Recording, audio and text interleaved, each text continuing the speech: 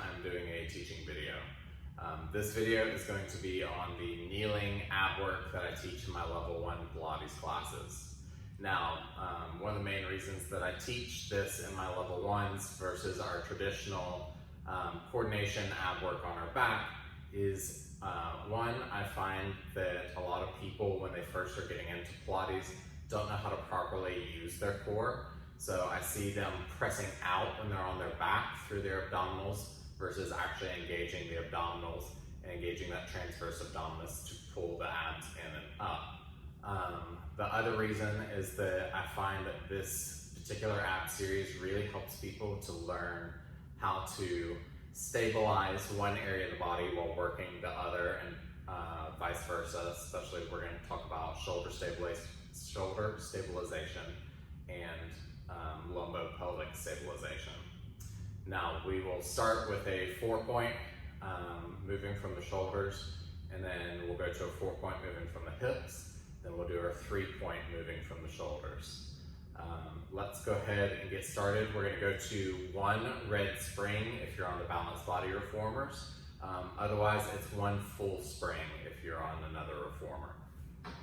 Now, as we get into this, we're going to get into the setup first, and then we'll get into the actual exercise. So setup is knees behind the shoulder blocks, hands out onto the frame.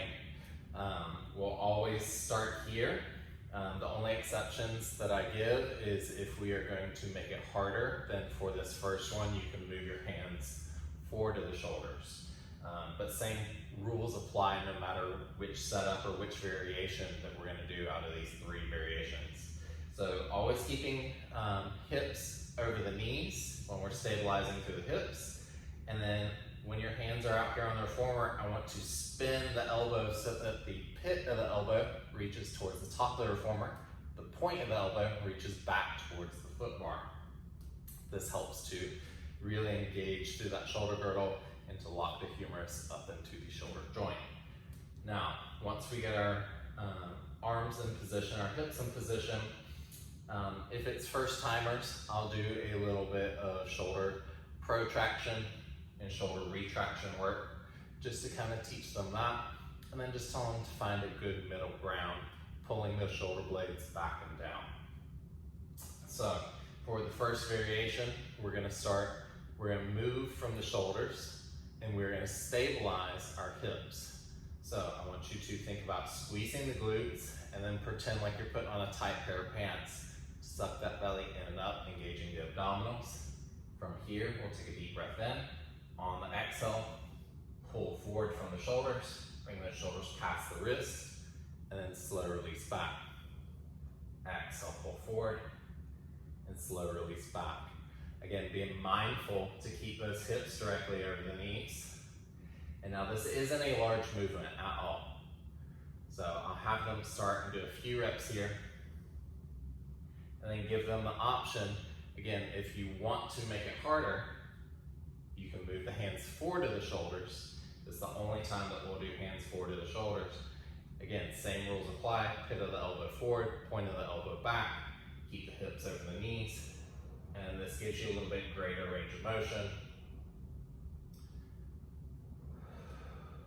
Exhales, you come forward, inhales, you come back. And I just try to remind students when I'm teaching on this that what we're working on is, again, stabilizing one area of the body while we do work of the other area. Because I find when we do this outside, or when we're supposed to do this outside of Pilates, we don't. When we go to pick something up off the ground, we round our back versus stabilizing and getting into a good position to do the work. One more. All the way down. Now, this is a little rough on the hands and the wrists. I do tell them it gets a little bit easier as we build up that grip and forearm strength. I always give them an option in between: sit back, shake your hands. 2 other good options for the wrist is make a little shock of hands, wiggle side to side, or here, wrist relief position, backs of the hands together, press them into one another, elbows kind of pulled down towards the floor. Give them a few seconds to do that, and then we'll go into our hip movement variation. So again, hip movement variation, same exact thing. Shoulders directly over the wrist, knees underneath the hips, spin the pit of the elbow forward, point of the elbow back. Find that nice neutral ground between protraction and retraction. This time we're going to be moving the low body, stabilizing through the upper body. So on the exhale, we're going to tuck the knees under, sitting back towards the heels slightly, and then release. Tuck the knees under, sit back towards the heels, and then release. And think, scoop the belly out, and then release. Now, sometimes what I'll see is people just kind of keeping the back flat when they do this, and moving very fast. I tell them go a lot slower and think as you pull forward, tailbone tucks down, and then as you release back, tailbone reaches straight back. So you're lengthening that spine on the release.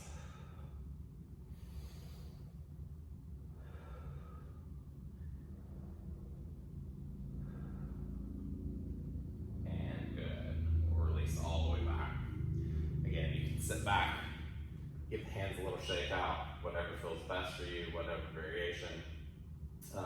Also regarding how many reps I do, I try to do about 15 reps of each of these exercises, which can be a lot for someone. They can always rest and not have to do all 15. But I find sometimes when we teach, we don't provide enough reps for them to practice it enough to truly start to learn the movement.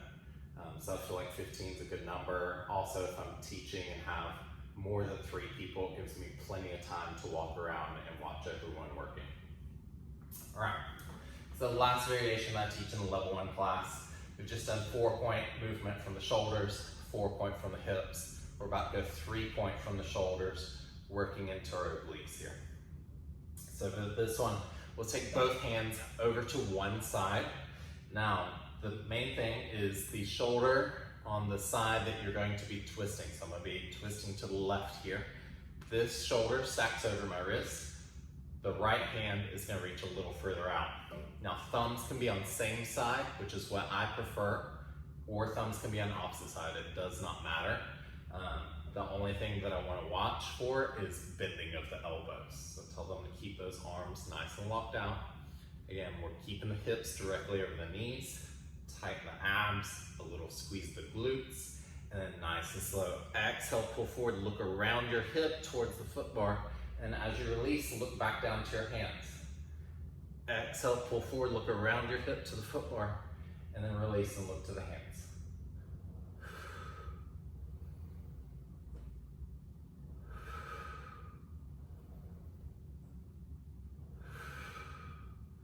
If they want a little extra, they can take a little pause at the very top, squeezing that shoulder towards the hip before releasing. Pull forward, little pause, and then release. They also should be feeling this all up through your triceps. You feel this a lot in the arms. 2 more. 2. And 1. Excellent. All the way down. Again, we'll sit back, shake out the wrists. All right. I'm going to do it to the other side. So same thing, the hand that is on the side that you, or the shoulder on the side that you're twisting will always stack over that wrist. And the opposite hand will go a little bit further out. Thumbs can be on the same side or opposite, does not matter. Just keep the arms straight. We're going to start looking down at the hands, squeeze the glutes, tighten the abs. As you pull forward, look around the hip. And release, look back to the hands.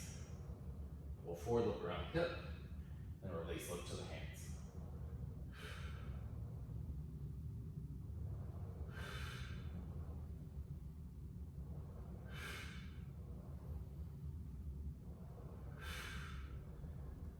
And we'll release. And again, they can always take a little pause at the very top when they're doing that squeeze to really squeeze in, pull on shoulder towards the hip.